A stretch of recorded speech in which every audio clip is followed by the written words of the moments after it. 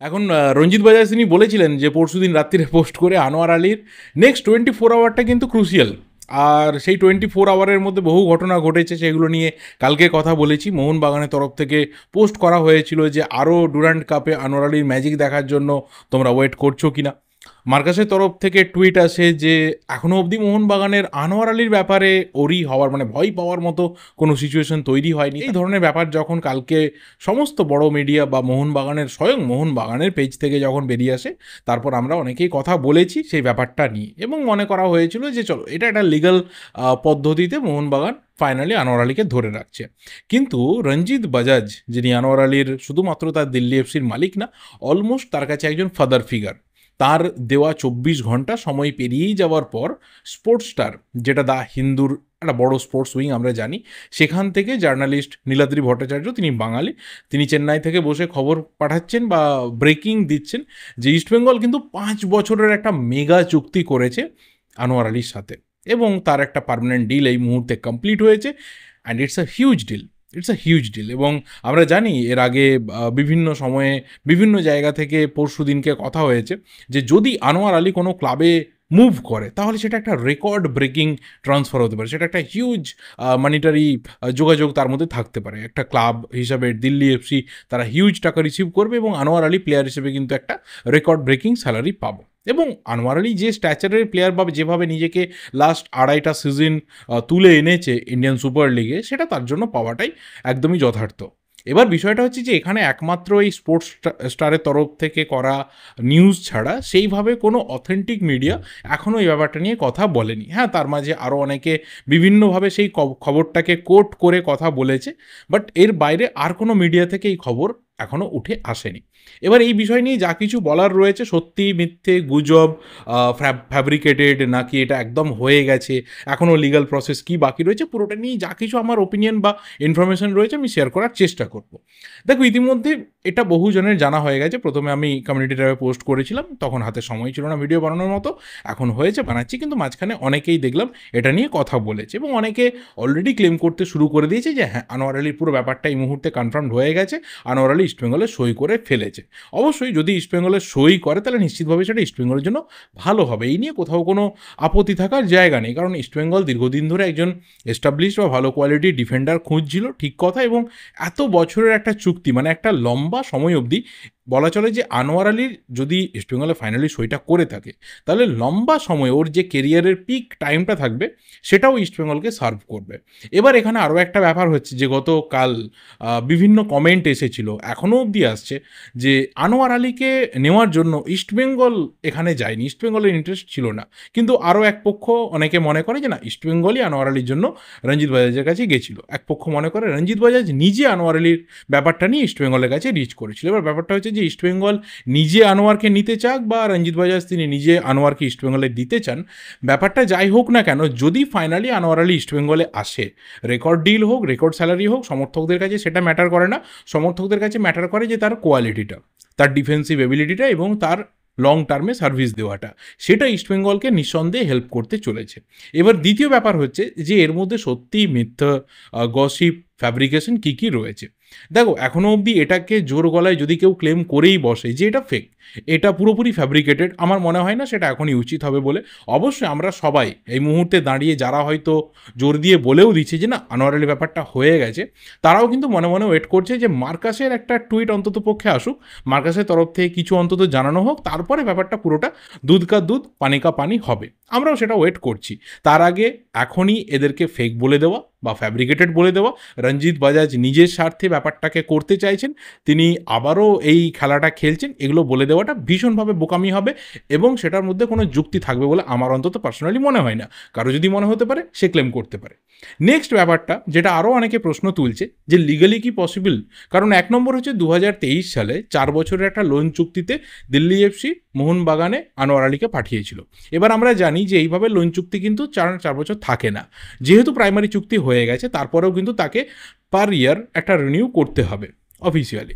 এবার এখানে লিগালি দুটো ব্যাপার রয়েছে, যে ১ নম্বর, মোহনবাগান তারা অফিসিয়ালি ক্লেম করতে পারবে যে ৪ বছরের যে চুক্তি হয়েছিল দিল্লি এফসির সাথে, সেই মোতাবেক প্রতি বছর রিনিউ হবে এবং আনোয়ার আলী বাই ডিফল্ট ২০২৭ অবধি এইভাবে রিনিউ করতে করতে মোহনবাগানের প্লেয়ার হিসেবে থাকবে।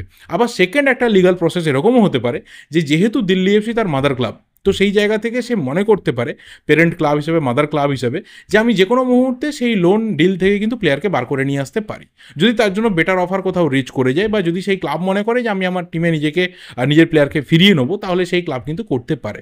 লিগাল প্রসেস কিন্তু রয়েছে।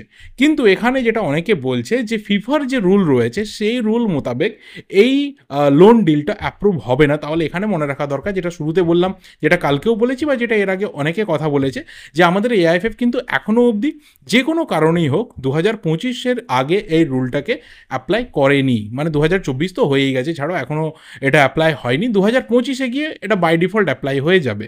কেন করেনি, কী জন্য করেনি, এটা বহু নেশনকে ছাড় দেওয়া থাকে। হয়তো সেই ছাড়টা এএফএফ নিতে চেয়েছে, যেহেতু আমাদের এখানে ফুটবল যে মার্কেট রয়েছে সে ভীষণভাবে ছোট এবং সেটা বিভিন্ন ক্লাবকে হেল্প করতে পারে। তো সেই রুল মোতাবেক, এআইএফএফের রুল মোতাবেক, সেখানে কিন্তু মোহনবাগান একটা লিগাল স্টেপ যদি নেয় তাহলে সেটাতে ফরওয়ার্ড খেলতে পারে। কিন্তু অবশ্যই একই দিকে দিল্লি এফসি বা রঞ্জিত বাজাজ, তার হাতেও কিন্তু লিগাল অনেক ব্যাপার থেকে যাবে আনোয়ার আলী ডিলের ক্ষেত্রে। এই জায়গাটা লিগাল ফাইট যদি আগামী দিনে হয়, যদি হওয়ার মতো পরিস্থিতি হয়, তারা নিশ্চিতভাবেই যাদের কাছে যা কিছু লিগাল ডকুমেন্টস রয়েছে বা রুল যা কিছু রয়েছে তার উপরে দাঁড়িয়ে তারা নিশ্চিতভাবে ফাইট করবেন। এবার এগুলো গেল সব কিছু না পজিটিভ দিকের ব্যাপার। এবার নেগেটিভ দিক নিয়ে কথা বলা দরকার, যে মোহনবাগান থেকে যদি ফাইনালি আনোয়ার আলী চলে যায়, তাহলে কি মোহনবাগানে গেল রব উঠবে? নিশ্চিতভাবে উঠবে। এখানে জোর দিয়ে আমি অন্তত বলতে পারি যে মোহনবাগানে একটা গেল রব উঠবে, কারণ আনোয়ার আলী স্ট্যাচারের একজন ডিফেন্ডার, সে মোহনবাগান ছাড়ছে, আর মোহনবাগান ছেড়ে ইস্টবেঙ্গলে জয়েন করছে।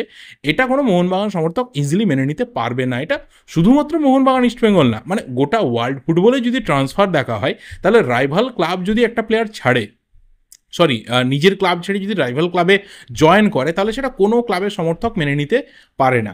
আমরা যদি সব থেকে ডার্টিয়েস্ট কোনো ইনসিডেন্টের কথা মনে করতে পারি, তাহলে সেটা লুই ফিগো বার্সেলোনা থেকে যখন রিয়াল মাদ্রিদে সাইন করেছিল, তারপরে যখন এল ক্লাসিকো ছিল, সেখানে কি ধরনের অবস্থা তৈরি হয়েছিল সেটা আমরা সবাই জানি।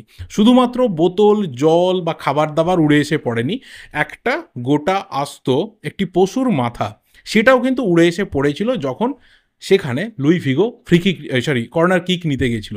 এই ধরনের ঘটনা কিন্তু ওয়ার্ল্ড ফুটবল জানে, এই ধরনের ঘটনা দেখেছে। তো কখনোই মোহনবাগান সমর্থকরা দুদিক থেকে, একদিকে ডিফেন্সের যে স্ট্রেংথটা রয়েছে সেটা ডাউন হয়ে যাওয়া, আর মোহনবাগানের প্লেয়ার ছেড়ে ইস্টবেঙ্গলে জয়েন করছে, আর্চ রাইভালে জয়েন করছে, এটা মোহনবাগান সমর্থকরা নিশ্চিতভাবেই মেনে নেবে না। সেটা তাদের জন্য একটা গেল রবের পরিস্থিতি তুলবে। ইস্টবেঙ্গলের দিকে যদি বলি, যে এত কিছু তো পজিটিভ রয়েছে, যদি ফাইনালি দেখা যায় যে এই ডিলটা হলো না কোনোভাবে, এই ডিলটা, আমি বলছি না যে ফেক ডিল বা কোনো কিছুর জন্য বাতিল হচ্ছে, লিগালিও যদি বাতিল হয়ে যায়, লিগালিও যদি এই ব্যাটেলটা ফাইনালি ইস্টবেঙ্গলে ডান না হয়, যে এই ডিলটা ইস্টবেঙ্গলে ডান হলো না, তাহলেও কিন্তু সেই ক্ষেত্রে ইস্টবেঙ্গল সমর্থকদের জন্য আবারও একটা খারাপ জায়গা, যে একটা ডিল যদি ফাইনালি কমপ্লিট না হয়, তার আগে এই ব্রেকিংয়ের কিন্তু প্রয়োজন ছিল না। তার কারণটা, একটা প্লেয়ারের যদি লিগাল সমস্যা থেকে থাকে আগামী দিনে, যে একটা লিগাল ব্যাপার থাকছে, যে সেটা ক্লিয়ার না হলে কখনোই সে অন্য কোনো ক্লাবে সই করতে পারবে না, তাহলে সেই লিগাল প্রসেসটা মেটার আগেই এই পোস্ট করা বা এই ধরনের ক্লেম করা, এই ধরনের একদম হার্ড ক্লেম করে দেওয়ার কোনো যুক্তি ছিল বলে তখন মনে হবে না। তখন অনেকেই কিন্তু বলবে যে এটার জন্য একটু ওয়েট করা যেতে পারতো, অন্ততপক্ষে লিগাল ব্যাটেলটা, অন্ততপক্ষে লিগাল যে ফাইটটা রয়েছে সেটা শেষ হওয়া, বা যদি সমস্ত দিক থেকে সব কিছু কনফার্ম হয়ে থাকে, তারপরে এই ব্রেকিং আসার অনেক বেশি প্রয়োজনীয়তা ছিল।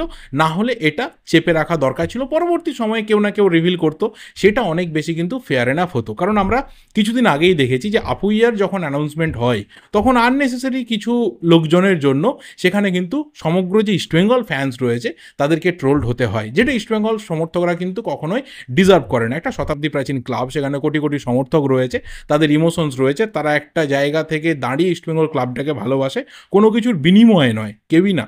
মোহনবাগান, ইস্টবেঙ্গল, মোহামেডান এদের একটা আবেগ রয়েছে ক্লাবকে সাপোর্ট করার পেছনে। তো আমার মনে হয় যে যখন লিগাল ব্যাপার রয়েছে, যখন এত ধরনের বিভিন্ন ইস্যুস রয়েছে, তার আগে এই ধরনের ব্রেকিং কতটা ঠিক হলো ভুল হলো সেটা সময়ই কথা বলবে।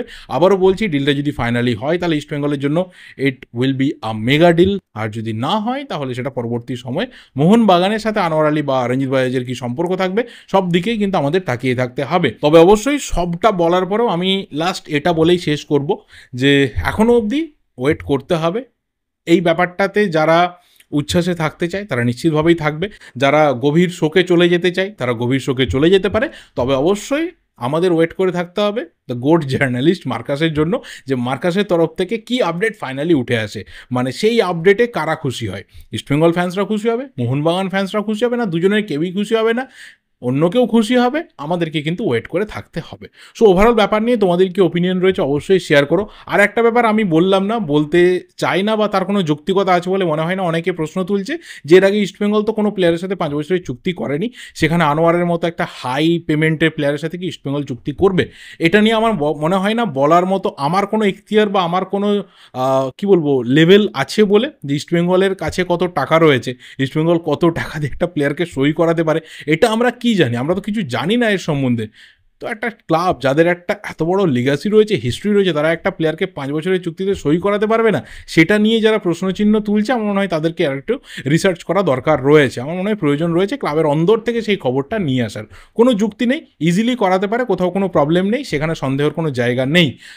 সেই টাকা কে দেবে, কিভাবে দেবে, কেন চুক্তি হবে, সেটা অবশ্যই ক্লাবের ব্যাপার, সেটা নিয়ে কথা বলার মতো এখতিয়ার আমাদের আছে বলে মনে হয় না। সো বাস, এর বেশি আর কিছু আমার বলার নেই। এবার তোমাদের যা যা ওপিনিয়ন্স রয়েছে কমেন্ট করে জানাতে থাকো। ভিডিওটা ভালো লাগলে লাইক করো, শেয়ার করো। দেখা হবে পরের ভিডিওতে। Till then subscribe the channel যদি নতুন হয়ে থাকো। Thank you and good by.